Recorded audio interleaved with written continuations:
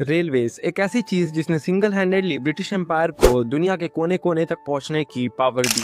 इसने सिर्फ ट्रांसपोर्ट को नहीं बदला बल्कि दुनिया की पॉलिटिकल और इकोनॉमिक बाउंड्रीज भी ड्रॉ की। अगर रेलवेज नहीं होती तो ब्रिटिश एम्पायर की वो मशहूर line the sun never sets on British empire कभी सच नहीं होता, क्योंकि उनके शिप्स ने समुंदर जीते और रेलवेज ने जमीन पे जीता। रेलवेज ने शहरों से गांवों को जोड़ा, आदमी को आदमी से जोड़ा। आज हम समझेंगे कि कैसे एक छोटी सी मशीन ने पूरी इंसानियत को चलाया, कैसे स्टीम और स्टील ने मिलकर पूरी दुनिया को बढ़ाया। अब थोड़ा सा पास्ट में ट्रैवल करते हैं। रेलवेज के इन्वेंशन से पहले 18th सेंचुरी यूरोप में ट्रैवल करना एक नाइटमेयर से कम नहीं था। रोड खराब थी, बारिश में कीचड़ हो जाता था और कैरिजेस को घोड़े खींचते थे। एक सिटी से दूसरी सिटी में जाना मतलब 3 दिन का सफर, और अगर सामान लेके जा रहे हैं तो और भी मुश्किल। फिर आया इंडस्ट्रियल रिवॉल्यूशन। फैक्ट्रीज में मशीन्स ने काम बढ़ा दिया, लेकिन फिर सवाल उठा कि इतना दूर इतने सारे सामान को कैसे भेजें। इसी प्रॉब्लम ने जन्म दिया ट्रांसपोर्ट रिवॉल्यूशन को। सबसे पहले कैनाल्स का यूज़ किया गया, लेकिन इसमें बहुत टाइम लगता था। उसके बाद लोगों ने ट्राई किया हॉर्स ड्रॉन कार्ट्स, जो कि वुडन रेल्स पे चलते थे। ये मेनली माइंस में यूज़ किया जाता था। फिर इसी में एक सोच आई कि इसमें अगर हॉर्स के बदले मशीन्स का यूज़ किया जाए तो। इसी से हम अपनी स्टोरी के सेकेंड पार्ट पे आते हैं, the birth of steam engines. 17th century में भी स्टीम का आइडिया न्यू नहीं था। थॉमस सेवरी और थॉमस न्यूकॉमन ने स्टीम इंजन्स बना दिए थे, लेकिन उनका काम सिर्फ पानी खींचने के लिए होता था। फिर आया एक genius, James Watt. James Watt ने स्टीम इंजन्स की एफिशिएंसी बढ़ाई और उन्होंने बताया कि स्टीम इंजन के प्रेशर और मोशन को यूज़ करके हम मशीन चला सकते हैं।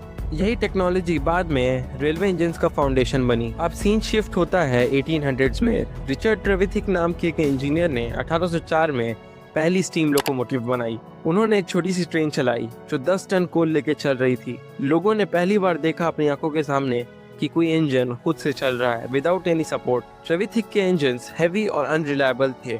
फिर एंट्री होती है स्टोरी में जॉर्ज स्टीफेंसन की, जिन्हें फादर ऑफ रेलवेज भी माना जाता है। उन्होंने 1829 में एक लेजेंडरी स्टीम लोकोमोटिव रॉकेट को डिजाइन किया, एक लाइटवेट, पावरफुल और रिलायबल लोकोमोटिव।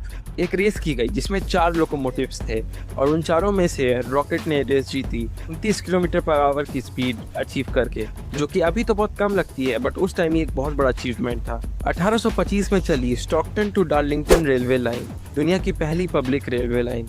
और 1830 में मैनचेस्टर टू लिवरपूल पहली शेड्यूल्ड ट्रेन चली। Tickets, time tables, railway stations इसी के बाद शुरू हुए। इतना कुछ होने के बाद रेलवेज ने बिजली की तरफ फैलना स्टार्ट किया। ब्रिटेन के हर एक शहर में लाइंस बिछने लगी और ब्रिटेन का एक्सपोर्ट बूम कर गया। उस समय के सारे बड़े देश, फ्रांस, जर्मनी, रशिया, सब में लाइंस बिछने लगी और उन सब ने अपने अपने रेलवे लाइंस डेवलप किए। 1869 में बिछाया गया ट्रांस कॉन्टिनेंटल रेल रोड।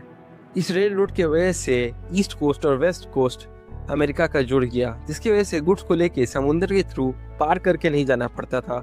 काफी टाइम की बचत हुई। फिर बारी आई एशिया की। जापान में 1872 में पहली ट्रेन चलाई गई, टोक्यो से योकोहामा तक। रशिया और चाइना ने भी अपने रेल नेटवर्क्स बनाए, लेकिन सबसे ज्यादा इम्पैक्ट जिस देश पे पड़ा वो था India. British east India company समझ गई थी कि अगर रिसोर्सेज पे कब्जा जमाना है तो रेल पर काबू करना होगा, और इसी तरह 16 अप्रैल 1853 को भारत की पहली रेलवे बॉम्बे से लेकर थाने तक चलाई गई, जो कि 34 किलोमीटर के डिस्टेंस पे थी। लेकिन इस ट्रेन चलने के पीछे एक डार्क साइड भी था। ब्रिटिशर्स ने इंडियंस के बारे में सोच के ये ट्रेन नहीं चलाई थी, बल्कि उन्होंने अपने प्रॉफिट्स के बारे में सोचते हुए ये ट्रेन बिछाई थी। लेकिन धीरे धीरे इंडियंस ने ट्रेन को अडेप्ट कर लिया और रेलवे इंडिया की लाइफलाइन बन गई। स्टीम इंजन्स के बाद आया डीजल और इलेक्ट्रिक इंजन्स का एरा। 20th सेंचुरी आते आते स्टीम इंजन्स रिटायर होने लगे थे और डीजल इंजन्स और इलेक्ट्रिक इंजन्स ने स्पीड भी बढ़ाई और एफिशिएंसी भी बढ़ाई, जिसकी वजह से उनका यूज ज़्यादा बढ़ गया। 1964 में जापान ने सबको हिला के रख दिया जब उन्होंने लॉन्च की शिनकानसेन बुलेट ट्रेन, जो कि 200 किलोमीटर पर आवर की स्पीड से चल सकती थी, जो कि उस टाइम के हिसाब से ग्राउंड ब्रेकिंग रिकॉर्ड था। उसके बाद से फ्रांस के TGV, जर्मनी के ICE और चाइना के CRH सिस्टम्स ने रेलवेज को एक लेवल अप दिया। आज के मॉडर्न ज़माने में हम बात करते हैं मैगलेव्स और हाइपरलूप्स के बारे में, जिनकी ट्रेन्स फ्लोट करती हैं with the help of magnets और speed 400 plus kilometres per our.